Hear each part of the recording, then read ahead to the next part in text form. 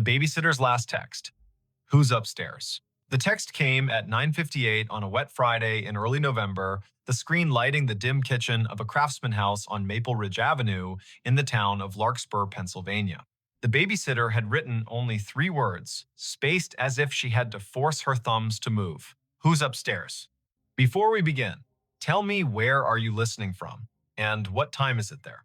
Her name was Ione Kestrel, a college sophomore who took evening jobs to pay for studio art supplies and a public transit pass to the city.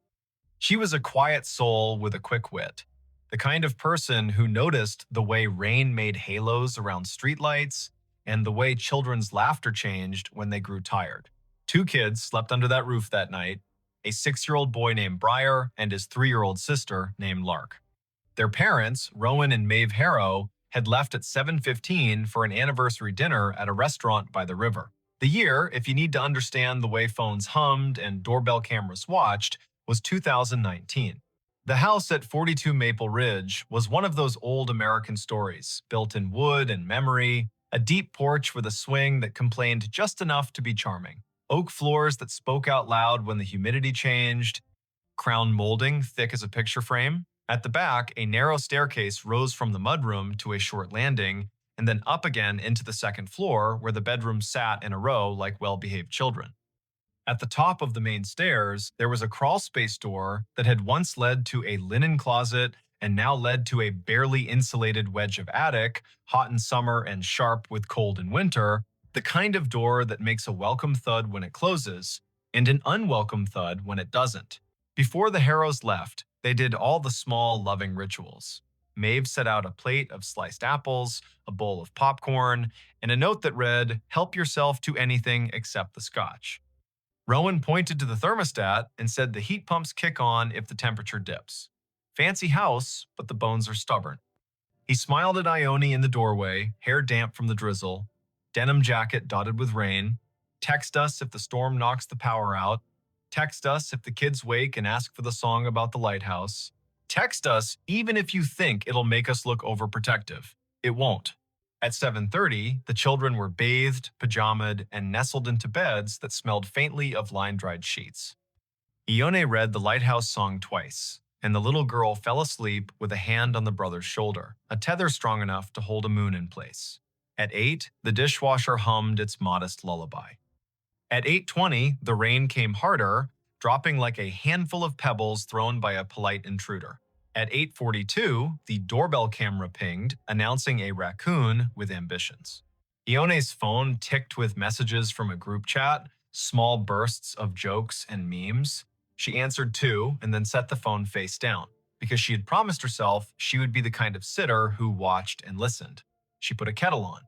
She chose a mug with a hairline crack because hairline cracks reminded her of river maps. She stood at the back window and watched the alley, where a single streetlight blew a cone of yellow onto the wet blacktop like a candle someone had forgotten to snuff. At 9:21, a floorboard spoke upstairs. It was not the sound of a child rolling over and not the polite pop of wood releasing humidity. It was a stepped-on sound, slow and weight-bearing, forward and then a tiny, deliberate back. Ione took one breath, then another. The kettle clicked off. The house returned to its normal choir. She checked the baby monitor screen. 2 small forms slept. The greenish night vision painting dreams onto their faces. She told herself she knew old houses. She told herself wind can make timber say things it doesn't mean. At 9:36, the sound came again, above the kitchen this time, in the hallway between the children's rooms. One step and another. A long pause. Then the faintest scrape, as if someone had scuffed a shoe and then, embarrassed by the sound, tried to rub it out with the sole. The kind of scrape that turns the air thin. Ione lifted the house phone from its cradle because old houses carry old phones like relics. No dial tone because this was 2019 and the landline was a costume. She put it back and picked up her cell. No missed call, no alert from the doorbell camera. She opened the parent's contact, hovered, did not press. First, she would look, she would be careful. She would not give Rowan and Maeve a reason to race home on wet roads unless there was a reason. She climbed the back stairs because they felt less like a stage. Each step was shallow and careful. The rain softened to a hiss. Her breath became a guest she had to host with manners. At the landing, the air grew cooler. She could see down the short hall into the little boy's room, the lighthouse nightlight casting a steerable arc of white. She could see the girl's room door nearly closed, just enough to make a crescent, the way some children like it. She could also see the crawlspace door at the top of the main stairs. It was closed, latch turned. That mattered more than it should have. She waited. Sometimes the house wants to know if you have patience. Sometimes it will reward you with silence. Sometimes it will not. There was a third sound, not a footfall this time, but a breath. Not hers. Not a child's soft, open-mouth exhale, but the kind of breath that pauses at the end like it is tasting the air. It came from the darkness beyond the crawlspace door, except the door was shut. Ione felt the tiny hairs along her forearms confess themselves to fear. She stepped into the boy's room. He slept with his mouth open just a little, lower lip shiny. Good. She stepped to the girl's room. Little Lark had turned onto her stomach, stuffed rabbit tucked under her chin. Good. When Ione moved back into the hall, her eyes caught something at the far end where the light thinned.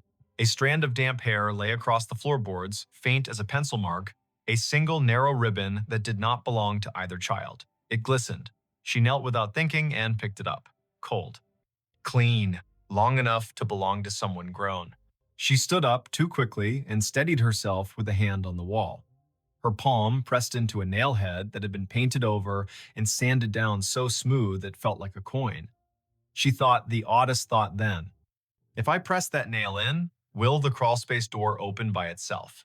She smiled at herself because fear makes even introverts dramatic in their own skulls. She returned to the back stairs, slow and exact, and only when she reached the fourth step from the bottom did she glance at her phone. The time read 9:58. The text she sent herself, as if letting the words exist outside her head could make them smaller, was only 3 words. Who's upstairs? She meant to send it to Rowan. She meant to send it to Maeve. She meant the message as a half-joke with a serious underlayer. But the thumb that had learned to move fast learned the wrong dance. It went to her friend in the group chat, and by the time she realized, the message had already become a tiny flare in half a dozen pockets around town. Her friend replied with, "What are you doing?" and also joking, right? And also put them on speaker. Ione did not reply. She set the phone on the counter face up this time. She took the largest knife from the drawer and then immediately put it back because knives are not courage and courage is not noise. She chose instead a heavy flashlight from the mudroom shelf, the kind that doubles as a hammer. She clicked it on. The beam carved a clean white tunnel along the baseboards. She moved to the bottom of the main staircase now, because if fear wants you to circle, wisdom wants you to cross. The newel post was worn as a handshake. Family photographs climbed the wall. A wedding photograph near the bottom showed Rowan in a blue suit and Maeve in a dress with sleeves that looked like light. Higher up, a picture of Briar in a lion costume, nap-flattened mane, grinning with the sincerity only a 6-year-old can manage. Above that, near the top, a framed landscape.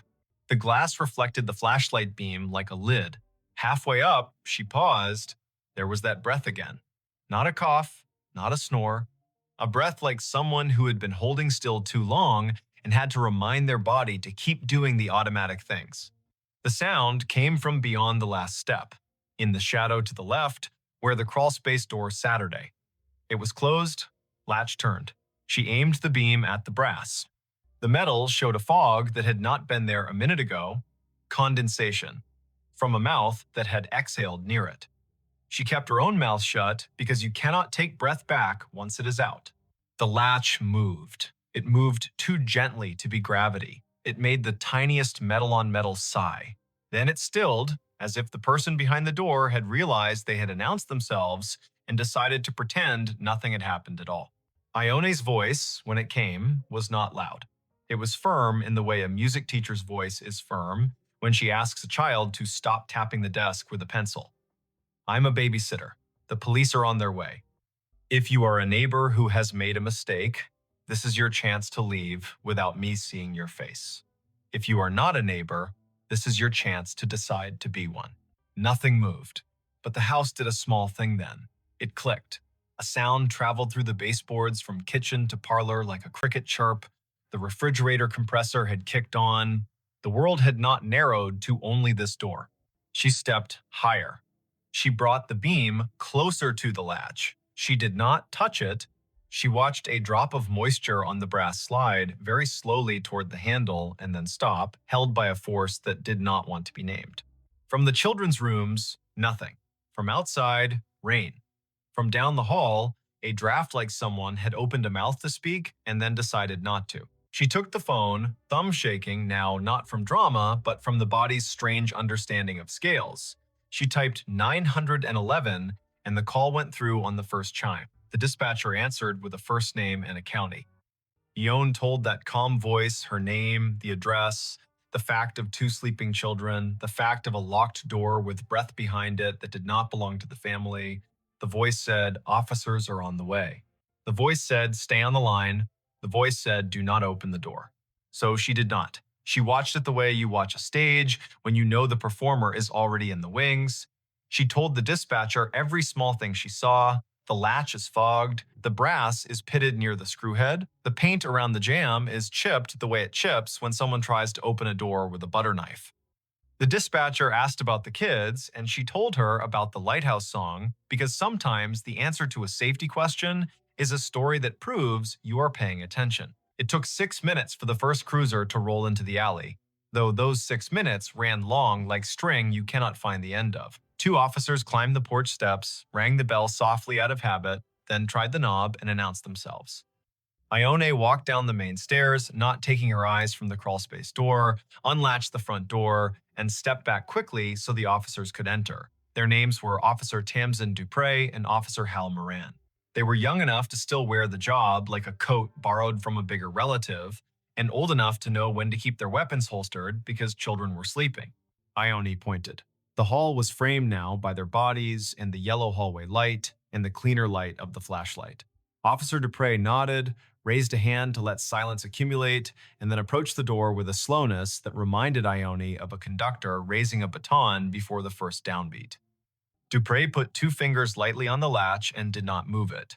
She bent, eye to the thin seam between door and jamb. She inhaled. She did not exhale for a count of 3. Then she did, a controlled tide.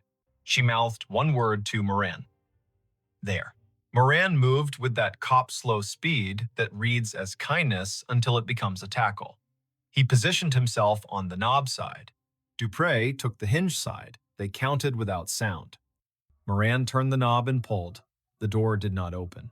Dupre drove her shoulder low into the panel, and the old wood decided to be new and gave with a crack that sounded like an ankle breaking far away. The space beyond was small, angled, cluttered, with things families save because they carry stories in them. A fan with no blade, a suitcase with travel stickers that meant Paris had existed once for someone in this house. 3 plastic bins of children's clothes marked in black marker, a broken chair that had not given up, and a person, folded into the angle between floor and pitch, knees under chin, face turned away from the light, hands empty and ready to lie about it. Dupre said, "Do not move." Moran said, "Show me your hands." The person did not show their hands. They lifted their left shoulder like someone about to stand in a narrow coffin, and then realized there was no way to both stand and not be seen. They kept their face turned. A smell came from the small hot space that was not attic smell. It was sweat and wool and rain and a cologne Ione could not name but would recognize for years in crowds and feel a short-lived lightening in her spine. The person finally shifted enough for the light to catch their cheekbone. Smooth, young, the jawline of someone who still believes they can sneak back to the version of themselves that did not make this choice. Dupree reached. The person flinched, then stilled. Moran took the wrists, quick. Plastic cuffs clicked, and Saturday. The person whispered one word so fast and so quiet, it sounded like a sound and not a word. Please. There are nights when a house rearranges what you know about it. There are nights when law and luck arrive at the same time and dress alike so you cannot tell who deserves the thank you. There are nights when children sleep through the loudest noises and wake to the softest ones. Breyer woke when Officer Dupre gently asked Ione if the boy had a favorite song she could sing while they stepped this stranger past his doorway and into a world that would be, for the stranger, smaller and heavier. Ione sang the lighthouse song, the boy rolled over, the girl sniffed twice, and then reclaimed her rabbit. The name given at the kitchen table later, with the cuffs off and the hands folded around a paper cup of tap water, was Corin Vale. He was 22, a barback at a music venue downtown, a part-time mover for a storage company on the edge of town, a person whose landlord had changed the lock that very afternoon because rent was late again, and who had wandered past the Harrow's house just after 9, watching rain stencil shadows on the porch. He said the front porch light was off, that the back alley light was the kind that made him nervous because it buzzed. He said he had once done a job in this very house, moving boxes after Maeve's mother passed, that he knew the crawlspace door did not always latch if you pushed too hard. He said all this in a way that sounded like memorized lines. Officer Moran left for a minute and returned with a small bag-tagged chain of custody.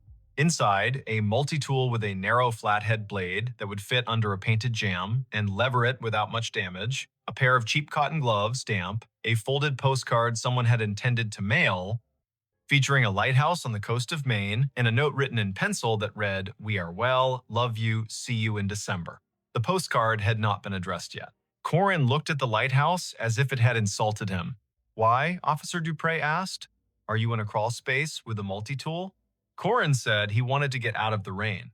He said he saw the back door wasn't fully latched. He said he knocked and no one answered. He said he stepped inside to be out of the weather. He said he heard children and then realized he had made a mistake and was trying to hide until he could unmake it. He said he had not gone near the bedrooms. He said he had not taken anything. He said most lies are just a breath away from the truth if you hold the breath long enough. The doorbell camera proved he had never rung. The back door, which Ione had locked after the raccoon, had not been forced, which meant the multi-tool had met the strike plate and learned a new way to talk. The thin condensation on the latch proved his face had been inches from the brass, as if he were listening through metal to weigh his chances. The damp hair on the hallway floor did not match Ione or the children. It matched Corin. The officers did not say poetry out loud, but sometimes evidence makes a poem whether or not you want it. Rowan and Maeve arrived at 10:28, windblown and wet, faces open with fear, and then with the specific relief parents make when they count the number of children and find the number unchanged. Maeve thanked Ione, then thanked Officer Dupre, then thanked the kettle for existing because it gave her hands something to do. Rowan walked to the base of the main stairs and looked up at the crawlspace door and put his hand on the newel post like a man greeting an old friend and apologized under his breath to the house for not knowing it needed him tonight. The rain slowed, the streetlight outside defined every leaf as if auditioning them for a brighter job. Corin Vale sat at the kitchen table and looked smaller and then larger and then smaller again, the way a person does when they realize they have chosen a story they cannot revise. He asked for a lawyer then, as was his right, and the night shifted into a new shape with paperwork and phone calls and the sound of zippers on evidence bags. Later, after the officers had gone and the house had been put back in order with all the rituals humans use to convince themselves the world is knowable, Rowan stood on the porch and stared at the street. A car hissed by, tires whispering on wet asphalt. Somewhere a train declared itself. He turned when Ione stepped onto the porch with 2 mugs of chamomile tea and the brittle, beautiful calm people make after the danger has taken its hands off their shoulders. He said thank you a dozen ways that did not use the word thank. She said, of course a dozen ways. That meant I am shaking on the inside, but I am still here.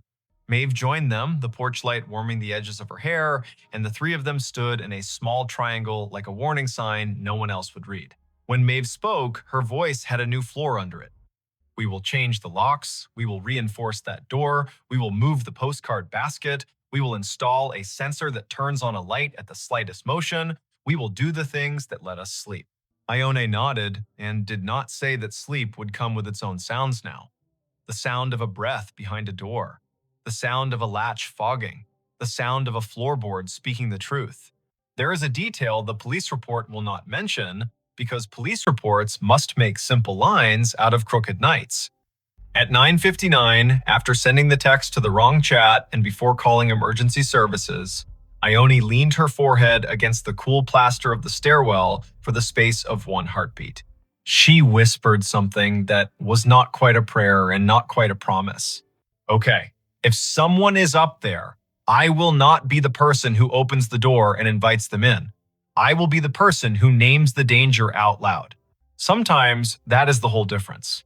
Not bravery that charges, but the steadiness that refuses to be tricked into being polite to danger. The next morning, the November sky tried on a bland blue and liked it. The town of Larkspur went back to the work of a Saturday. Kids in hoodies kicked at leaf piles. The bakery line wrapped twice around the counter. A woman in a gray coat standing by the river thought the water sounded like someone ripping silk very slowly and wondered who she would tell that to.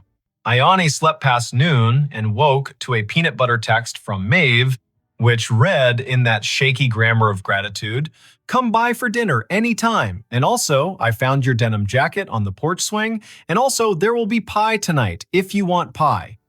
She smiled and answered with too many thank yous and one yes to pie. She showered longer than she needed to, stood still in the water in a way that made time into a warm curtain, then dressed in gently clean clothes that smelled like detergent and a future. When she stepped outside, the air had that crisp, crisp edge. That means the first hard frost has already visited and left behind a postcard of itself on every windshield. Maple Ridge Avenue looked like an old movie taught to speak color. She walked past houses that had their curtains open a little wider than usual, past neighbors who held eye contact just a second longer, the way people do when the story has almost become a myth and they want to remind themselves it is still shaped like a person. On the Harrow's porch, there were new screws in the latch. The crawlspace door upstairs had a length of wood screwed diagonally across it like a stern eyebrow. A small motion sensor had been installed in the hall. It blinked a polite green and then went to sleep. The kids were in socks, sliding across the floor, laughing the laugh that children make the morning after a storm when the yard is new again. Rowan handed Ione a slice of apple pie on a paper plate and said again what he had said the night before, but with the daylight, making his voice warmer. You kept your head, you called, you stayed steady. That is the whole job sometimes. We will tell people that part when we tell them the story. Not who he was, not what he said, not the smell. We will tell them you named the danger and didn't let it decide your speed. The town told the story in its own ways. The newspaper, which had been saved from extinction by a stubborn editor named Lita Quinn, wrote a piece with the careful headline, "Babysitter's Quick Thinking Leads to Arrest in Overnight Burglary Attempt." The group chat learned, gently from Ione herself, that sometimes jokes congeal into myths, and myths can be mean. At the music venue, a bartender wiped the length of the bar 3 times, then once more, then stopped. At the storage company, a supervisor stared at a stack of moving blankets and tried to add up what the numbers meant about people. There is not a moral here, sharp and so clean it can cut bread. There is not an ending where everyone claps and the house resumes being only a house.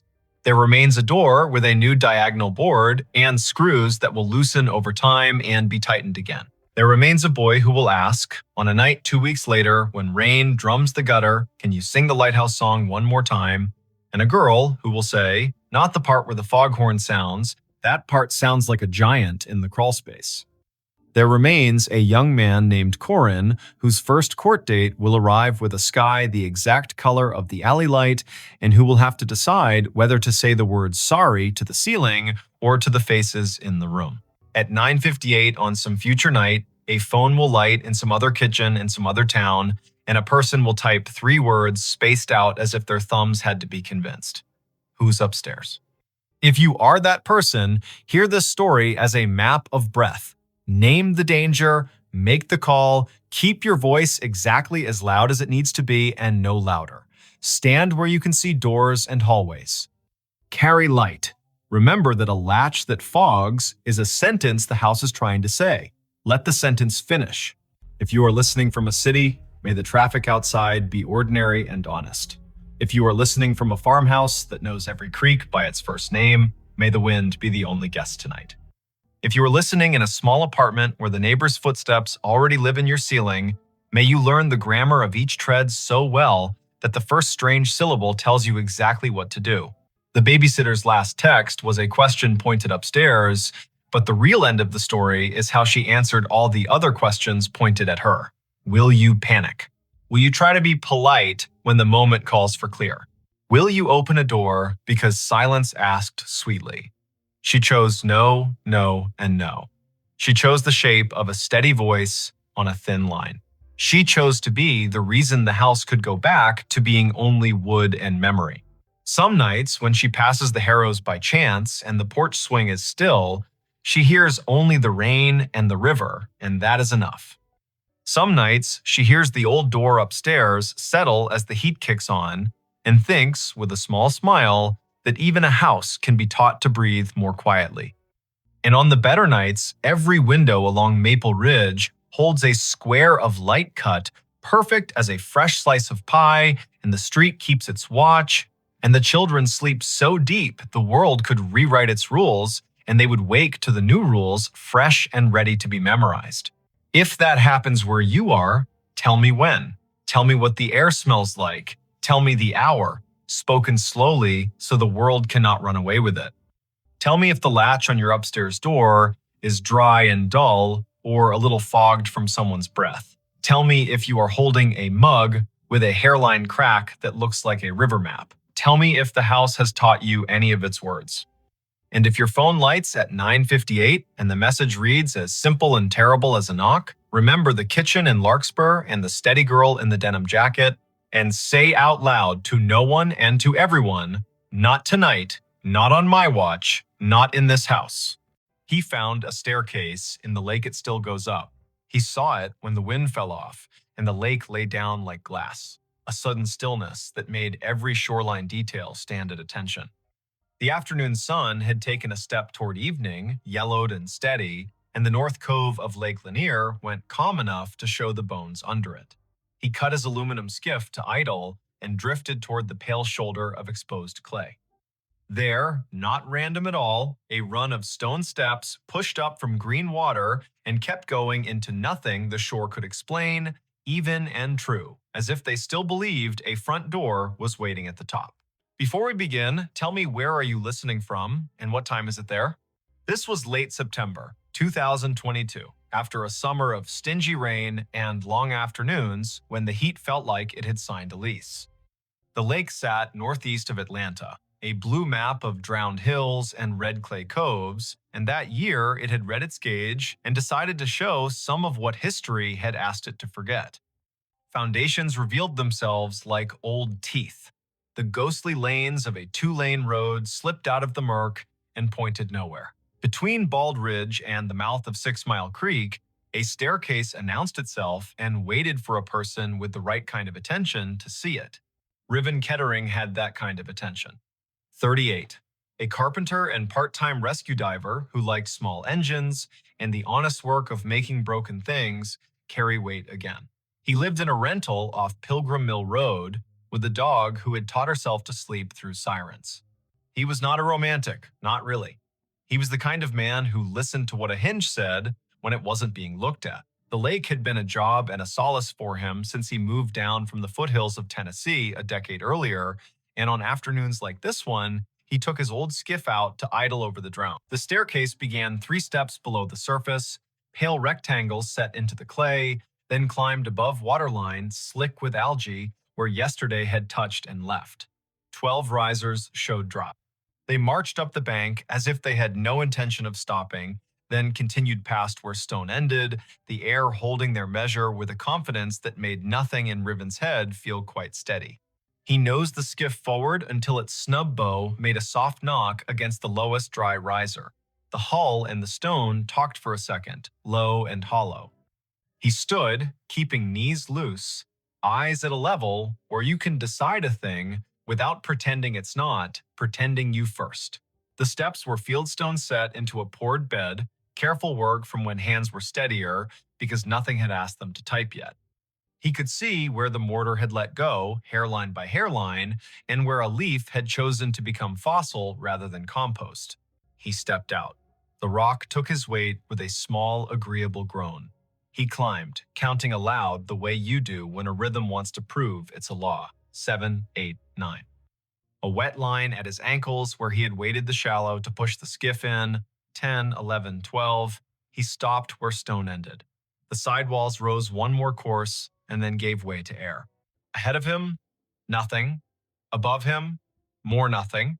And yet his right foot, when he slid it forward with the caution of a man who had once fallen through a rotten porch and did not intend to audition for that pain again, found resistance. Not stone, not water. Not empty. A density like stretched cloth, like cold-pressed sugar, like a stare that remembered itself and refused to forget just because the lake had been told to be a lake. He drew his foot back, scalp prickling, breath in a pocket he didn't want to open too fast. He looked around to see if anyone else had been presented this joke. No one. In late September, a Tuesday can make a cove your private chapel. Far out, a pontoon boat moved like a floor with music on it. Closer in, a blue heron had made the stump of an old post into a claim. Riven set his palm above the end of the stone into the air where a banister would be if someone had finished the thought. He felt nothing until he pushed a hair past what he thought was safe. Then he felt a boundary, the exact height of a handrail in a code book he could recite. He smiled despite the way his heart had decided to pick up the tempo. Something here hadn't drowned entirely. Something here had decided to keep going up. He does not scare fast, Riven. He is a man who has gotten into dark water at night, kindly, and come back calmer for it. But he respects a place with a memory. He went back down the 12 risers and climbed into the skiff and sat with his hand on the tiller and let the lake tell him if it wanted him to be braver than his grandmother would approve. The wind was a rumor now. On the far shore, a transformer hummed with the stale sweetness of electricity. He turned the motor off and drifted with his fingers brushing the gunwale and felt for the old current under the new. A loon called once out in the main channel, the syllable bending toward a kind of loneliness that doesn't need an audience. Riven looked back at the steps. The air above the 13th riser shimmered, a trick of light or a rule he hadn't been told yet. He swore softly in the old way that buys you permission to try again. He pulled the skiff onto the red bank, tied it off to a scar of root, and went back up the 12. He did what his hands knew to do. He turned a coin on its edge and rolled it along the last stone. When it tipped forward into air, it did not fall. It sat against nothing, as if pressed to a glass he could not see. He slid it forward with one finger and felt it drag over an edge. He slid his boot after it and met a tread that had weight. He put his full foot down and his bones agreed that physics had not been insulted, only invited to a different kind of party. He brought the other foot up. He stood on the 13th step of something that existed without confessing to the eye. He took one more. 14. He stopped. He is not a fool. He turned to look at the lake, which does not care if you find it holy or treacherous, so long as you understand which mood it is in. The cove held its breath. He stepped backward down the 2 air treads with a caution that felt like a prayer you say without agreeing you're saying it. He stood again on stone that had no arguments and breathed the kind of breath that renters of boats make when the motor coughs once and then forgives you. Lake Lanier carries stories the way clay carries footprints. Old towns lie under it, old churches, the ghost lanes of Old Federal Road. People will tell you about a stalled truck on a fogged bridge and a handprint on the back window after, about divers who won't go down a second time because they looked through a school of crappie and saw a porch swing move. Some of that is what happens when humans leave water to be the keeper of their history. Some of that is people being lonely and needing their fear to wear a costume. Riven carried none of those stories in the silly way. He carried them the practical way. He knew people had been told their land would drown for the good of cities they would never see, and some of those people had said their names into the bank and put rocks one on another to make the land remember. He went home with the staircase in his notebook and in his knees. He did not say the shape of it to the bartender at the place on Brown's Bridge, who called everybody chief. He did not post a photo because the lake punishes people who turn it into spectacle. He slept badly and woke before his alarm and made coffee meaner than necessary and drove back with a coil of thin rope and a chalk box and the tape measure he used when perfection had to be part of the bill. Morning Lake, blue as breath. The skiff skittered over wind ruffles and slid into the cove willing. He tied a chalk line at the last stone and played it out up the air, marking nothing with blue dust that caught in nothing and hung there like a trick. He laughed once, quietly. He measured riser height with the tape and found consistency that would have made a county inspector nod. He tied a loop in the rope and lowered it down the near face of the steps. The loop sat against an invisible edge and held, not tight, not loose, as if politely told to wait. Half an hour went by that way. Numbers, angles. The carpenter in him building a drawing that would keep his fear inside its lines. When he finished, he sat with his back against the sidewall and let his head find the cool of stone that had learned shade. The world stepped closer. From somewhere he could not triangulate came a sound that reminded him of a bicycle bell rung just once. In politeness, he stood. The sound did not come again. He walked down the 12 and waited on the shoreline while the lake decided whether to ignore him or to grant him more. A woman called from the top of the red bank. Riven looked up. She was tall and rangy, mid-40s, wearing the kind of straw hat that makes a person look like they know how to move in weather. She carried a camera with a strap that had been repaired twice and a notebook bulging with the kind of paper that did not come out of printers. She introduced herself with a grin that answered questions he had not asked. Mara Clary. She ran a small outfit that mapped drowned towns and grave relocations for counties that cared to admit their forgetting. She had a copy of the Army Corps' old charts and a habit of showing up where the lake loaned the present to the past. "I've been told you've got steps," she said, "and that they keep going up." He wanted to ask who had been talking. He wanted not to have his name in a stranger's mouth. But she put her hand on the sidewall like a careful person says hello to an old horse, and the way her face took in what she saw made him feel less alone in his own seeing. He nodded. He told her his name and the number of air treads he'd let himself trust. She whistled low. "Lanier tells on itself every few years," she said, eyes on the shimmer above the 13th. "But I haven't seen it do this. Fieldstone, that would have been a front walk probably. Or the stairs to a porch. You can tell from the way these aren't as steep as church steps. And there would have been a dog who slept halfway up until someone came home at supper." "Everyone says that about any porch," he said, smiling despite himself. "Only because it keeps being true," she said, and laughed like a sound the cove had missed. They measured together, she took photos, he held a stick out over the air risers and watched the end bounce against nothing. They left offerings the old way. He peeled the paper off a peppermint and set it on the third stone step. She untied a strip of blue cloth from her hat and tied it to the root that held his skiff's rope. The lake, if it acknowledged that at all, did not show it. She opened her notebook to a page where she had copied in neat letters the names and dates of households taken when the valley was flooded in the early 1960s. 2 farms had sat on this spur, the Sumter place, the Jory place. Sumter had 5 children and a clean way with fence lines. Jory was famous for a Sunday table and a sour temperament the rest of the week. The county had cut checks and called it a necessity. The stairs could have been either family's. But on the sidewall, low near the 5th riser, they found a mark cut into mortar with a nail or a stubborn penknife. A letter. "J. You think Jory," she said. "Or June," he said. "Or Josephine. Or a boy who didn't get to grow into his handwriting rights, their first initial into any stone that isn't busy." The lake made a small sound against the hull, a shrug. They came back the next day, and the next after that. In the afternoons, teenagers on rental jet skis came doing grammar the water did not admire. In the mornings, a heron watched like a magistrate. Once, a man in a bass boat cut his engine and drifted nearer and asked if the invisible was real or a trick. And when Riven told him the truth, he raised his cap and said, "Well then," and idled away because some facts want to be left alone to keep being facts. On the 5th day, just after noon, when the light loses some of its slant, and the lake starts its long exhale toward evening, the air changed. Riven was on the 14th invisible tread, Mara two below on stone, the rope tied at his ankle as if that kind of thing would help. He felt a pressure move across his shin like a child's study of a newel post. The hair on his forearms declared a vote.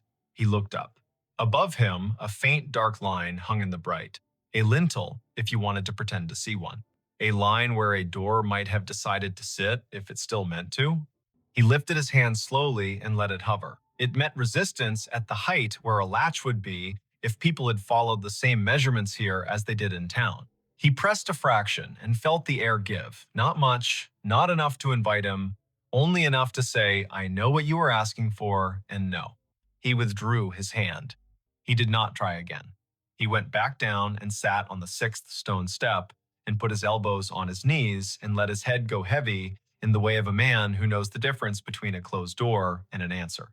"Not today," Mara said, not unkindly. "Doesn't mean never." A storm ran around the rim of the lake that night and forgot how to come down. The next morning broke clean and noisy, with birds relieved to be right about the Sunday. When they returned to the steps, the peppermint was gone. The strip of cloth whispered against the root when the wind remembered it. On the 4th stone riser, a line had been drawn in the red dust by a finger that had not belonged to wind. 4 short lines, 1 long. The way a person keeps track of days when they are doing a job no one else is counting, they looked at each other like people who have been included in a conversation without earning it.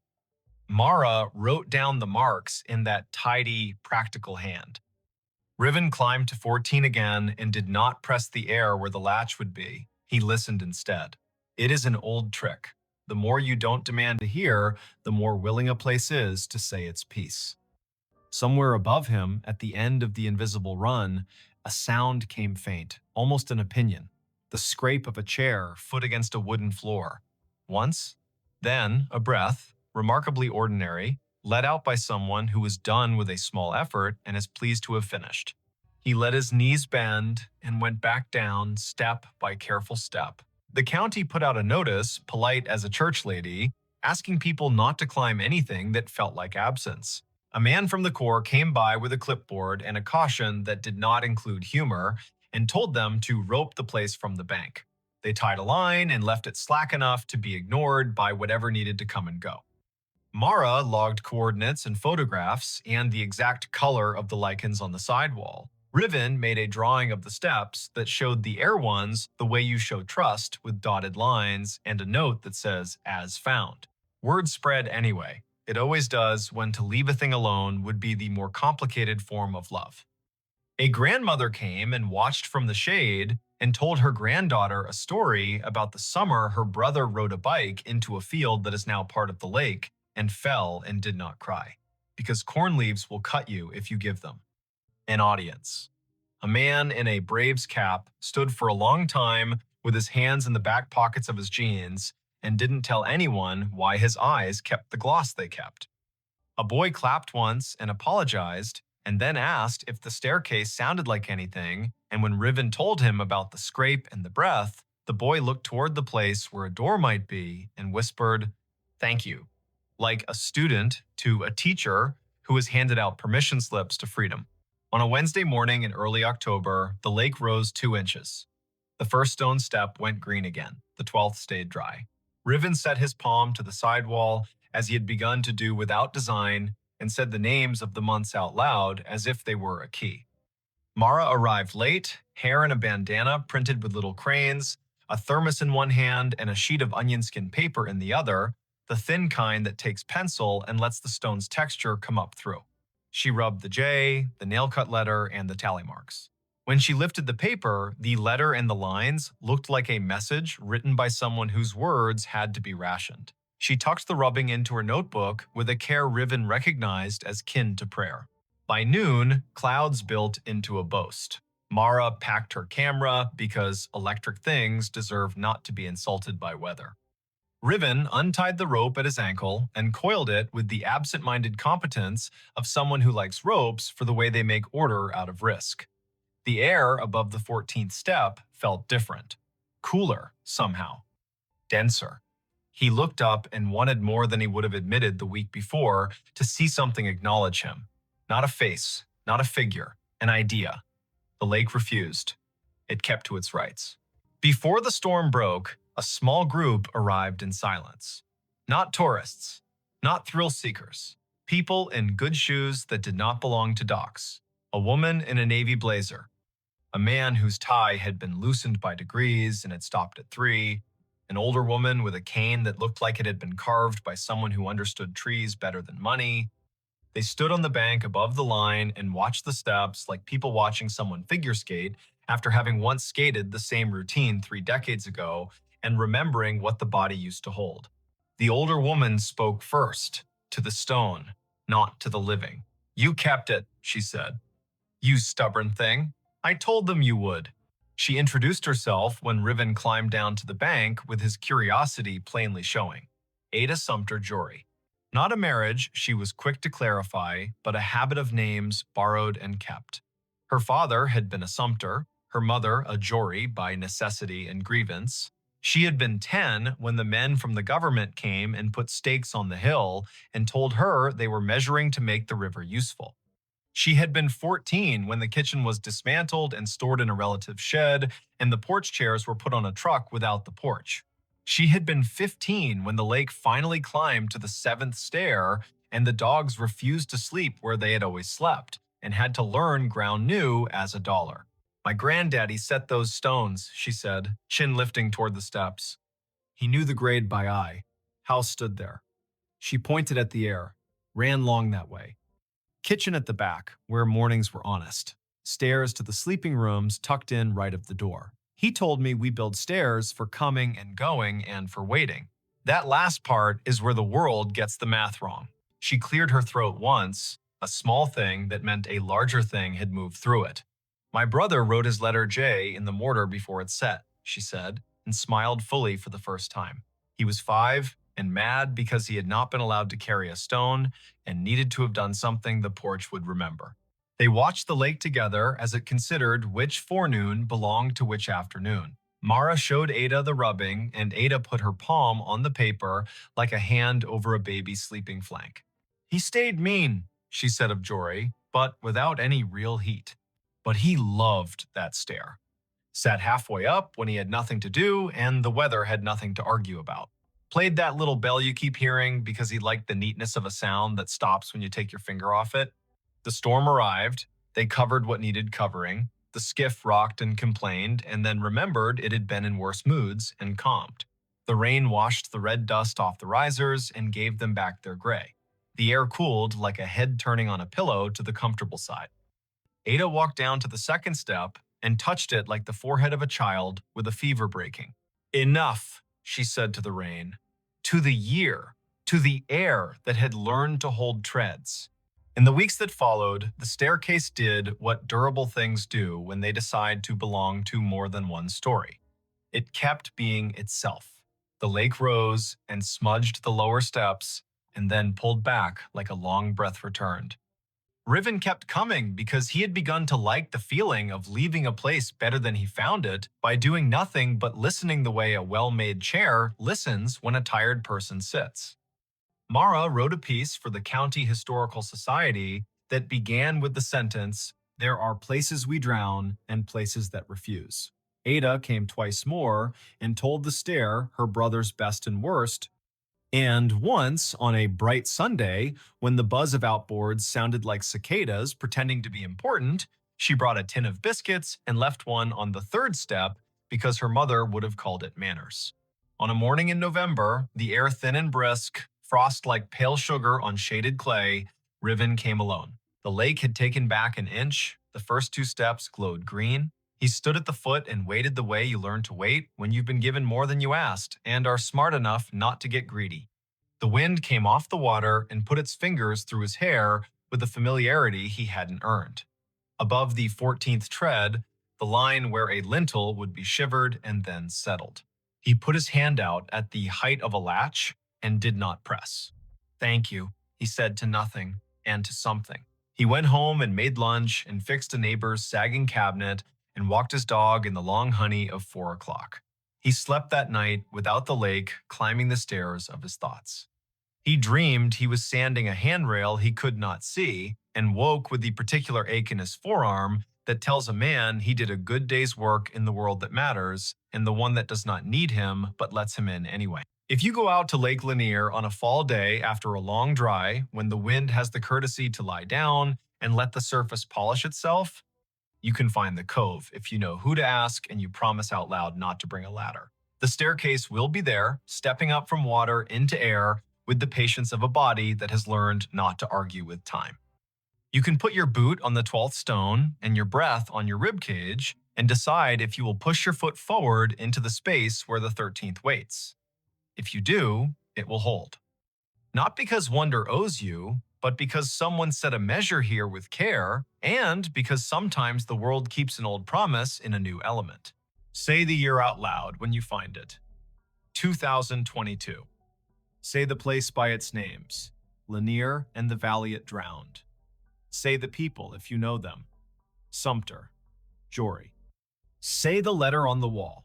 J. Say the noise a bicycle bell makes when a brother likes attention and the porch has all afternoon. If you leave something, make it small. A ribbon, a peppermint, a finger laid gently in dust to make a line that will blow away with the next weather. Walk back down, let your knees do what they were built to do. Put your hand on the sidewall the way you would on a friend's shoulder when leaving them on their own porch in the dark to listen to the crickets.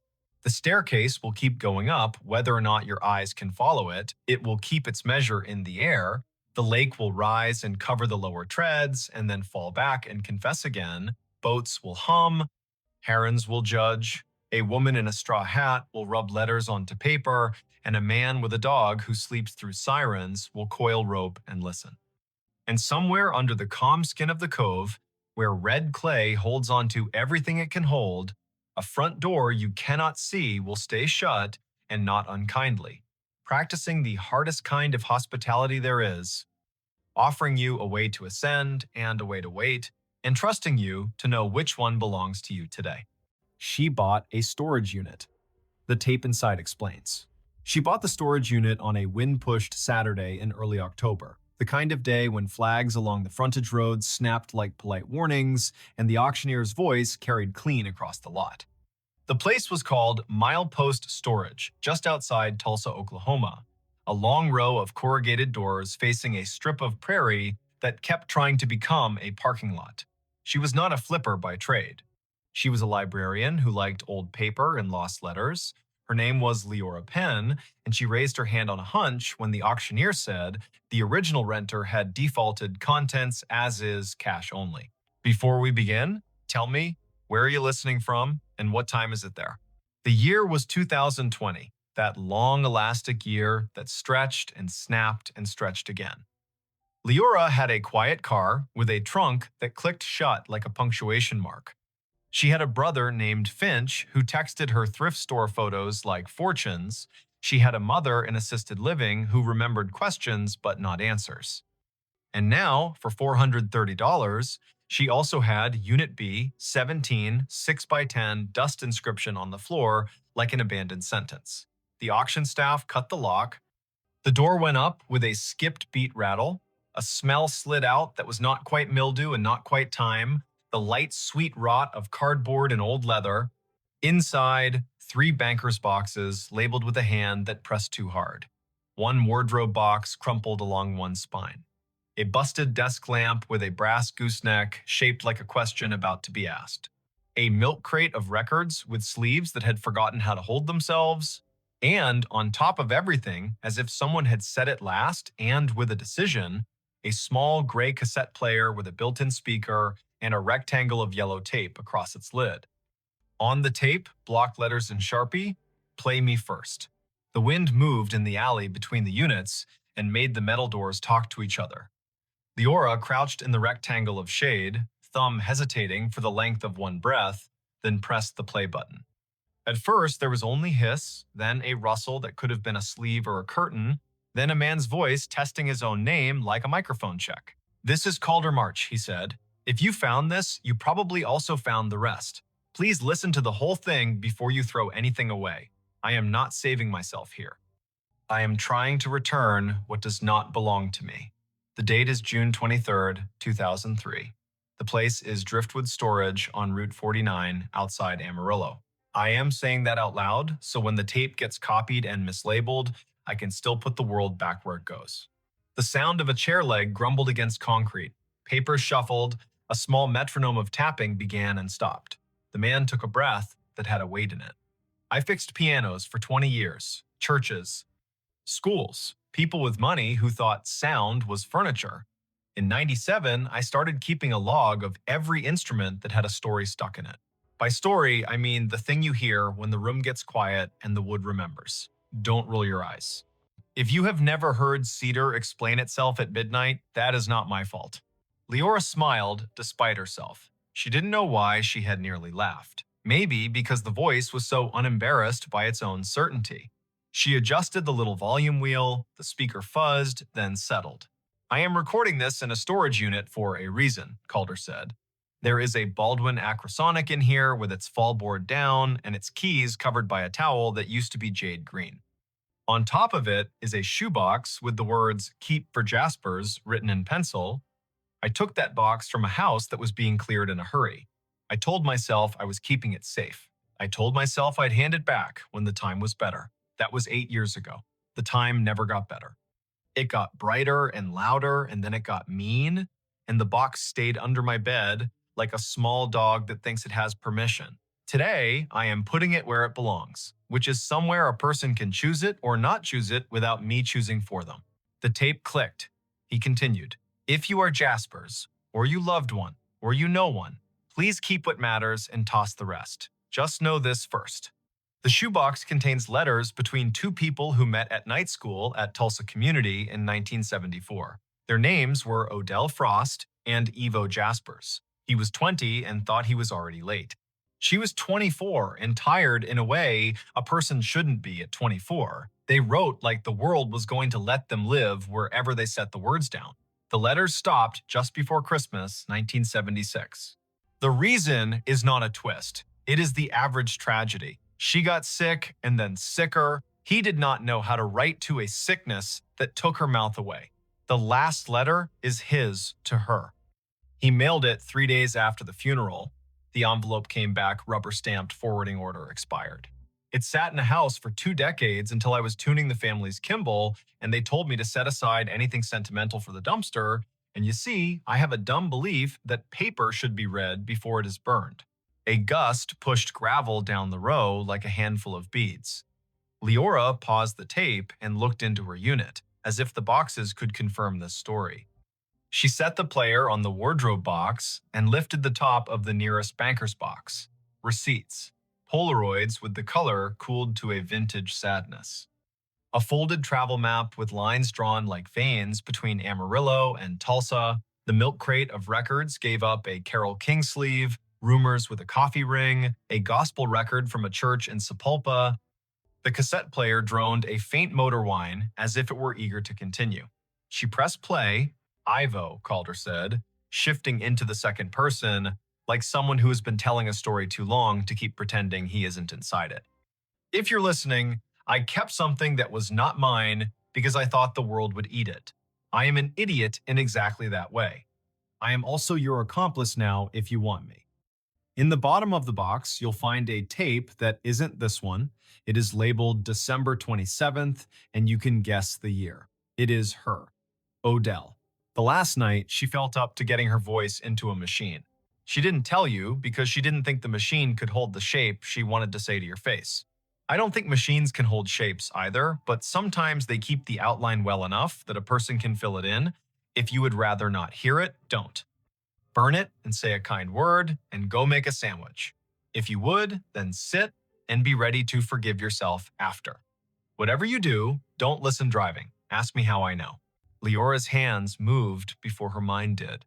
She slid the wardrobe box aside and hauled the banker's boxes out into the light. The tape ran.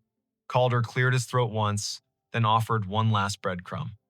I am going to leave this unit with rent paid for 6 months. I'm leaving the desk lamp that looks like it belonged to someone who wanted to read long after the room gave up. I am leaving the Baldwin cupboard which is disrespectful to instruments and necessary for dust. If you are not Ivo or Kin and you opened this and felt a tug, maybe you are the kind of person who opens doors in museums you're not supposed to open. I can't stop you. But if you take the tape, take the box too. Stories get lonely if you split them. All right, that is me done. I'm going to label this Play Me First and lock up. I will drive to a diner where the coffee tastes like someone loved it an hour ago, and I will not look back. Good night. The tape wheezed to a stop and stayed there with its little spools paused, like eyes that had decided to blink and stuck. Leora ejected it. The cassette was the cheap clear kind with gray hubs, a bite taken out of one corner like a mark from a nervous jaw.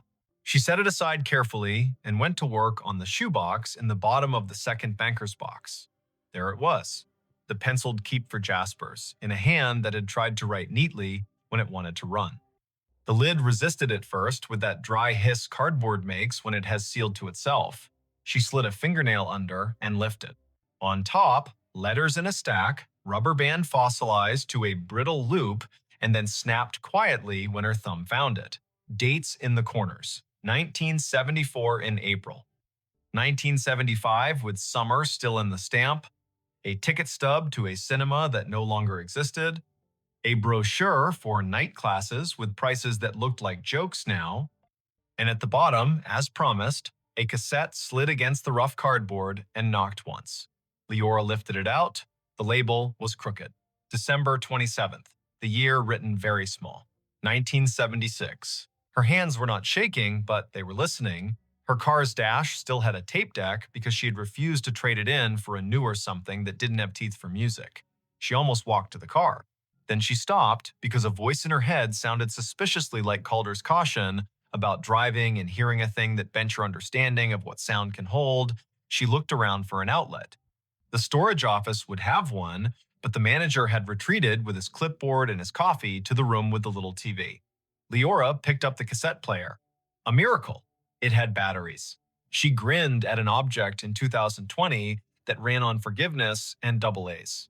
She set the old player on her trunk, fed the tape in with a care the machine rewarded by accepting it smoothly, and pressed play. Hiss. The slow wind of old magnetism waking.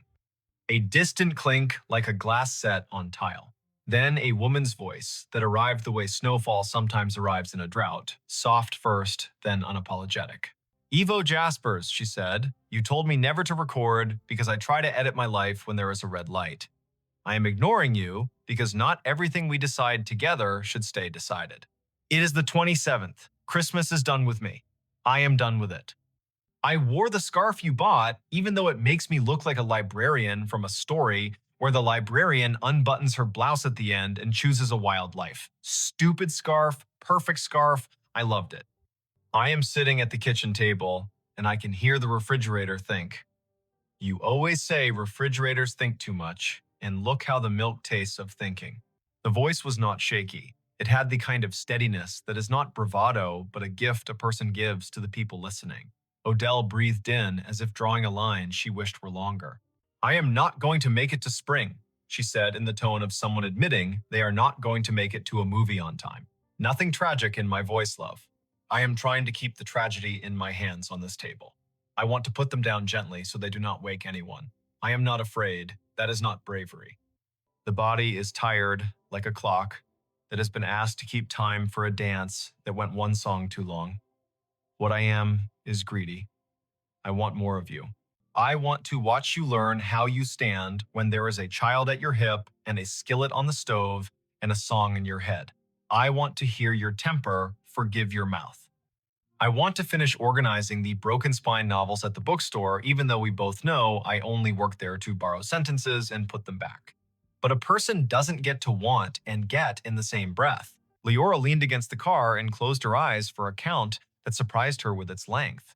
The lot around her had its own noise, the rattle of a chain on a flagpole, a truck lugging in second, a crow that had lost its patience with something on the fence, but the voice made those sounds pat themselves on the head and promised to be quiet. You asked me once what I wanted you to do if I left first, Odell went on. I said remarry and be happy, because that is what you are supposed to say if you do not want to be accused of clutching. I have a different answer now, and I am allowed to revise because I am still here with breath in my pocket. I want you to put a box in a place where a stranger could find it, with instructions that say, take what you need. Not because I think romance belongs in thrift shops, but because the world seems to pass its tenderness along that way.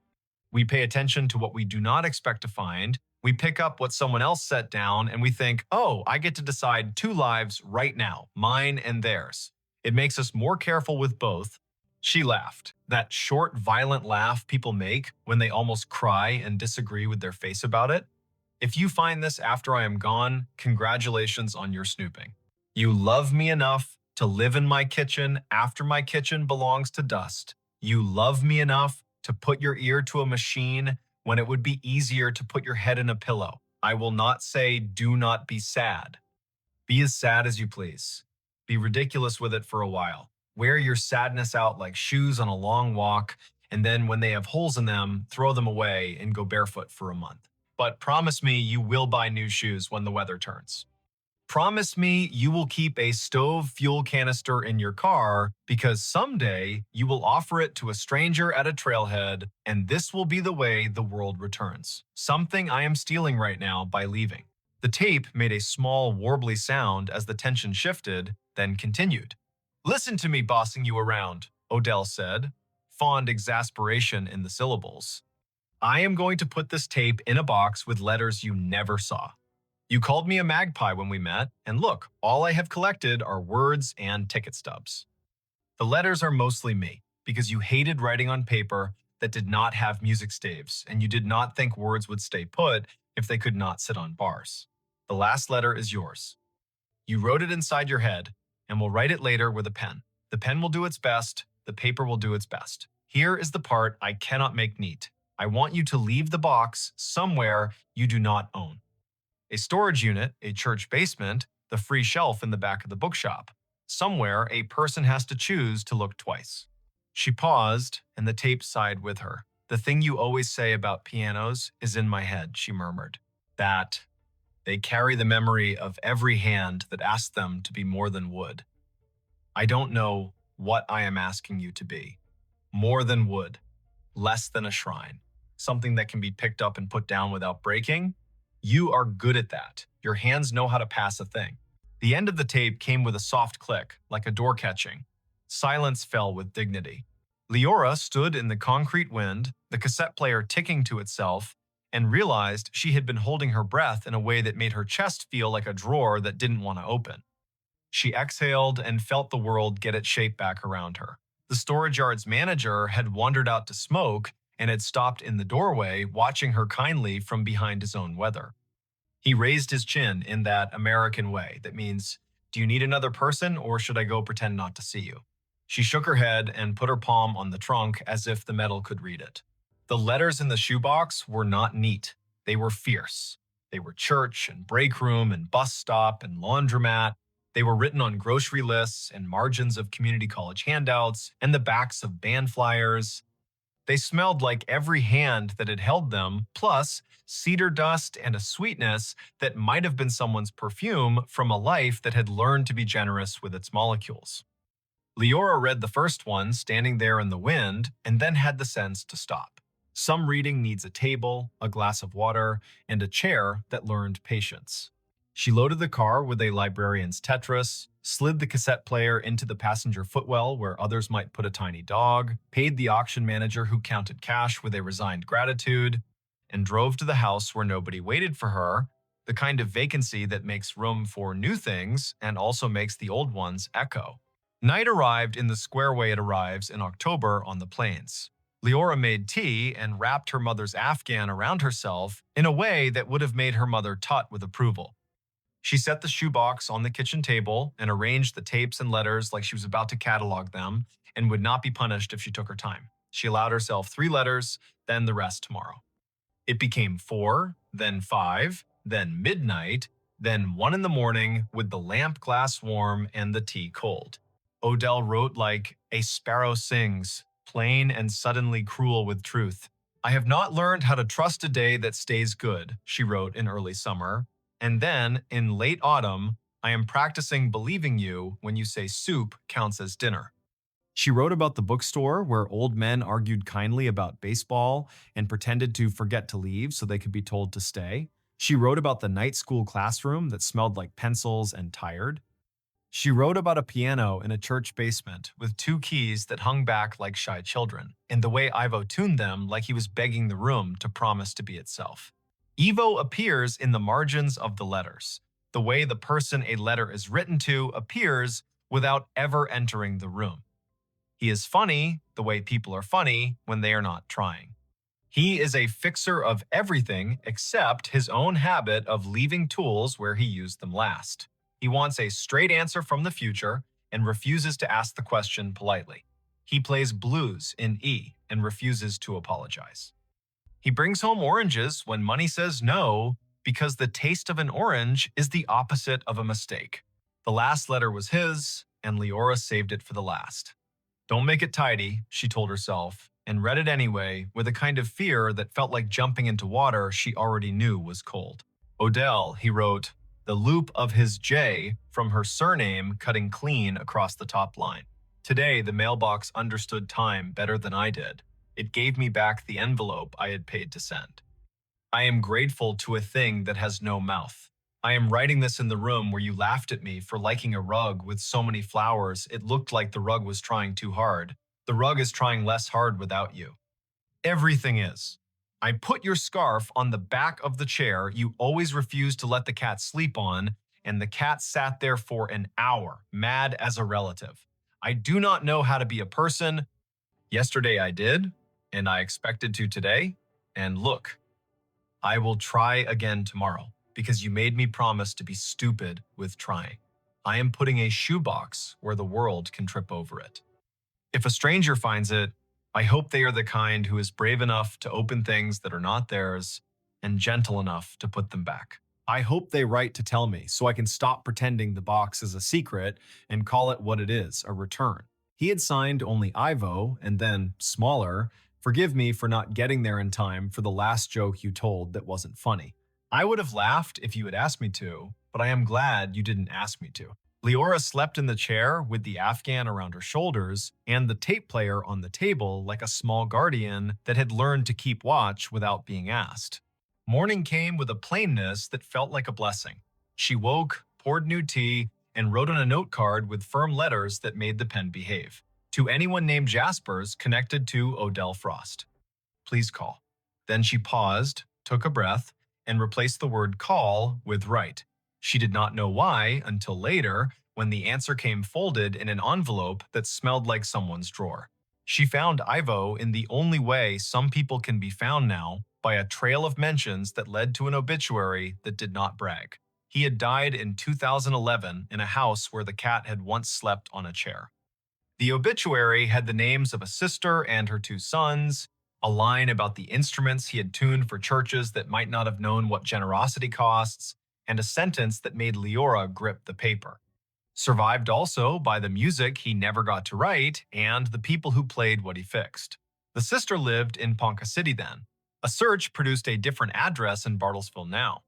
Leora wrote the note card anew and set it under a magnet on her refrigerator to stare back at her while she did dishes and decided if it was her place. 2 days later, she mailed a letter with the caution and audacity of a person who has to cross a room to hand a stranger back their own past. She included a copy of Calder's label in the corner because she wanted to prove that intention can be inherited. She waited. Waiting learned her name and sat down in her kitchen with its patient lamp. In a week and 2 days, an envelope arrived with a stamp that had been placed on at a slight angle, the way a person with a careful hand becomes human at the last second. The return address said Jaspers, and Leora sat down on the rug and read with her back against the pantry door. Dear Miss Penn, it began in a slanted script. My name is Anza Jaspers. I am Ivo's niece. I do not know how you got my address, but if you did it politely, I will thank you instead of yell. My uncle used to say, if you make a thing and put it in the world, you do not get to decide how it travels. I am relieved he is right. I know about Odell because I am named after her.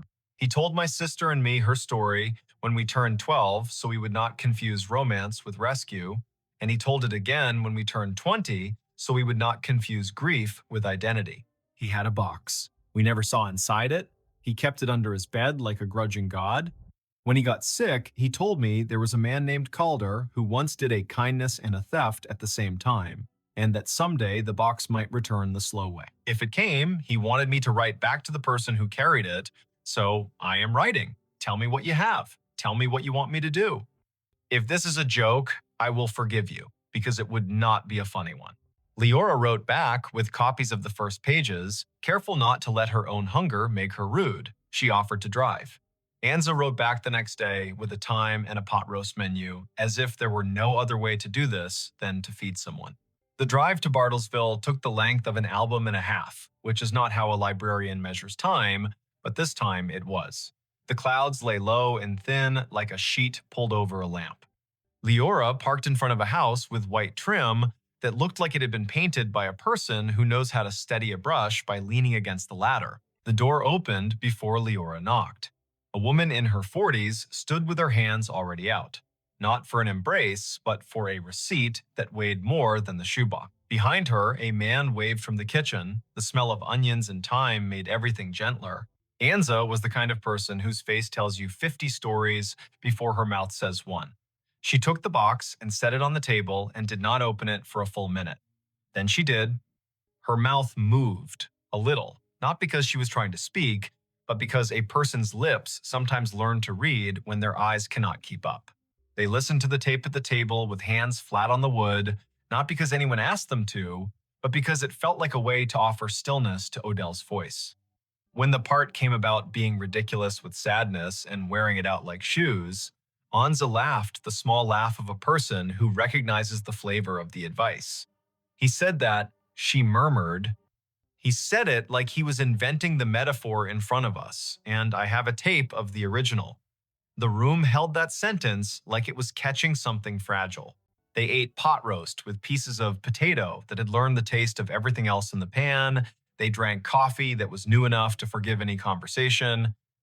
They opened the box and took out letters with their hands, like museum workers without gloves. They spoke names like they were calibrating a piano, tuning each syllable until it answered back. That night, Leora drove home under a sky that pretended to be empty and was not. She left the radio off so the car could hear what the night was doing. She slept and dreamed of a storage unit that kept changing its door color, and every door she opened was a different past returning itself. She woke with the taste of dust in her mouth and did not mind. In the weeks that followed, the box lived a second life in a house that understood how to host it. Anza read a letter a day out loud at the table with the window cracked and the dog asleep under her feet. She wrote Leora small updates. Today I learned how Odell laughed at my uncle's fear of oranges. Today I learned that night school used to smell like chalk and resolve. Today I learned that a person can fit a year inside a paragraph and still find room for the weather. Calder's name became a project. They wanted to thank him and did not know how to find his breath in the web. Leora tried phone directories from Amarillo with her librarian stubbornness. She found 3 Calder marches that were not him and one who had moved 2 years prior with no forwarding address. She found a piano tuner's business listing with a disconnected number. She turned to a stack of clippings and found, in a small column with a blurry photo, a mention of a memorial for a Calder M in a church that had bad lighting and kind carpet. The date was 2007. The photo showed a pair of hands holding a felt strip and a tuning hammer. The caption did not brag. A life, it suggested, that had done work and left the room better. Anza wrote a letter anyway. She wrote it as if it were going to be read out loud to a person who could not afford to be bothered unless the bother was beautiful. She mailed it to the church. She mailed one to the storage facility in Amarillo in case anyone there had inherited the story.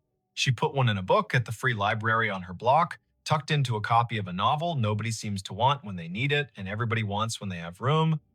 She addressed one to no one, put no stamp on it, and tucked it in the shoebox under the letters. In December, Snow performed its first attempt, failed, and tried again with a more persuasive voice. Leora went to visit her mother, who held her hand, and asked her what year it was, with a tone that admitted timelines are slippery now. Leora said it aloud, 2020, And then, when her mother smiled at the neatness of the numbers, Leora added, "It is also Tuesday afternoon and you like soup." Her mother nodded, satisfied by specifics. Leora read to her from one of Odell's letters. Her mother, who had always loved women who refused not to be clever, laughed once and said, "Tell her to write more." "I'll tell her," Leora said, and did not correct the tense. On the last day of the year, a small package arrived on Leora's porch in weather that could not decide whether to rain. It was wrapped in brown paper with string, old-fashioned on purpose and not by necessity. The return address was a music shop in Amarillo that smelled when she opened the door of rosin and hope. Inside the box, a cassette labeled in a different hand. It said simply, "Driftwood." Then, a date in 2003. A note was tucked in. "You do not know me," it read. "I run the counter at the place where Calder used to buy strings cheap and swear under his breath that the new strings had no patience. We found this in a drawer where the receipts go to forget their names. He left it here the week the storage unit auctioned off his things. He told me to hold it for a person who would ask nicely. No one did. Maybe you are that person." She put the tape into the player with a care that made the table hear it. The hiss began like a tide. Calder's voice arrived. Older or tired, she couldn't tell. He spoke as if he had skipped the first parts he usually said because he felt he owed a different kind of sentence. "If this is Leora, or Anza, or someone else kind who made room for a box to travel, listen. I wanted to write a clever instruction for how to put things back. I do not have one. The closest I have is this. When you find a story mid-sentence, do not add your name to the end like a signature. Put your name small in the margin as a witness. Then hand the page to the person whose life it is and let them choose their own pen." He laughed softly, like a man who had decided to stop scolding himself and was enjoying the quiet. The Baldwin in Unit B-17 has a hairline crack in the bridge that will not keep it from speaking if someone loves it anyway. Pianos are like that. People are like that. You will think you have to fix the crack to deserve the music. You do not. You will think the crack is the point. It is not. The point is that the thing still says what it came to say. The tape ended without drama. Leora sat in her kitchen with the shoebox open and the lights soft and the winter outside, pretending it would not ask for more heat. She took out Odell's last tape and listened again, not to study, but to keep a promise to let a voice use the room. She held the letters that had traveled across years, and storage fees and dust and a man's guilt. She smiled down a hallway of time toward a piano she would never see. In February, Anza sent a photo. It was the Baldwin, its towel folded and placed properly, its fallboard up, a vase of eucalyptus on the far end because some leaves talk quieter and longer than flowers. The caption said, "It holds tune better than it should." Anto would have called that grace. The next photo was a child's hand, Anza's daughter, pressing middle C like a doorbell. The next, a dog asleep under the bench. Spring learned its way up from the soil. Leora took the empty cardboard from her unit to the paper recycling, and the man there told her his mother had kept a box of napkins with love notes on them that the family found when the house had to forget them. People put thoughts anywhere, he said, and laughed a little as if proud of humanity's mess. She kept the cassette player. She kept the first tape that said, "Play me first," and the second that said December 27th because some objects become addresses. She kept a copy of one letter that had a sentence she recited on days when the library had more books than hands and more requests than hours. The sentence was Odell's, and it said, "I do not write to be wise. I write to leave a door open in case someone needed that exact door today." On a June morning with thunder stacked like books no one had time to read, Leora pulled into milepost storage for the last time. She slid her unit door up, empty, except for the desk lamp that curved its brass neck, and asked if she was sure. She plugged it in and turned it on, and the light made a small pool on the concrete like a confession. She left it on for a minute because objects appreciate ceremony even when they pretend not to. Then she turned it off, marked the unit clean on the clipboard with a pen attached by a chain, and dropped the key into a mouth that had swallowed thousands before. On the drive home, she passed a church sign that had not changed its advice since she was small. Be kind. Everyone is fighting a hard battle. She would have rolled her eyes at 12. She nodded at 40. At a stoplight, a man held a cardboard square with letters that tried to be neat. Need help, it said, and then smaller. Not a bad man, just a broke one. She handed him the rest of her change and a bottle of water she had known would be asked of her eventually. His thank you had the shape of a person accustomed to sudden doors. Years later, when her mother's memory folded itself like a map and slipped into a drawer that did not belong to any room, Leora took the box of letters to the assisted living and read them aloud on Tuesdays. Not all of them. Some are private and stayed private. Enough that a circle of women who had once been harsher with themselves than they deserved sat a little easier in their chairs and made the kinds of noises women make when a sentence lands where the body keeps its truest things. One afternoon, a woman who seldom spoke said softly, "Put a box in a place where a stranger could find it," and then laughed like a girl about to run. If you are listening to this story, there is probably a door near you. A cupboard, a glove compartment, a drawer that has learned patience by becoming cluttered. Somewhere in your town, there is a shelf where someone has left what they could not keep, and someone else will take what they did not know they needed. If you have a tape player, wind a tape with your finger and feel the old physics still answer. If you only have your voice, use it in a room at 2 in the morning and see if the wood answers. If you have a box, consider putting it where a stranger could find it. Write on the lid in pencil so the world knows it can edit. There was no twist here. No ghost in the unit except the ordinary one that lives in paper and insists on teaching us how to carry each other a little farther down the hall.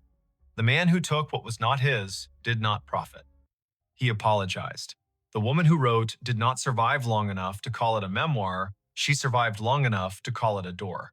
The man who loved her grew old and kept tune. The people who came after learned the shape of falling in love with strangers and the more difficult shape of giving the thing back. And so, if it is late where you are and the house has stopped making its usual noises, pour water into a glass and notice the sound it makes when it hits the bottom, hollow turning to full. Think of a box under a bed. Think of a storage unit with a label you can't resist. Think of a piano with a hairline crack that still sings like itself. Think of a sentence in a letter that arrives in a year you needed it, from a person who never knew your name and said it anyway by accident. Then stand, walk to whatever door you have, and leave it open for one slow, careful minute, just long enough for someone who needs exactly that door today to find their way through.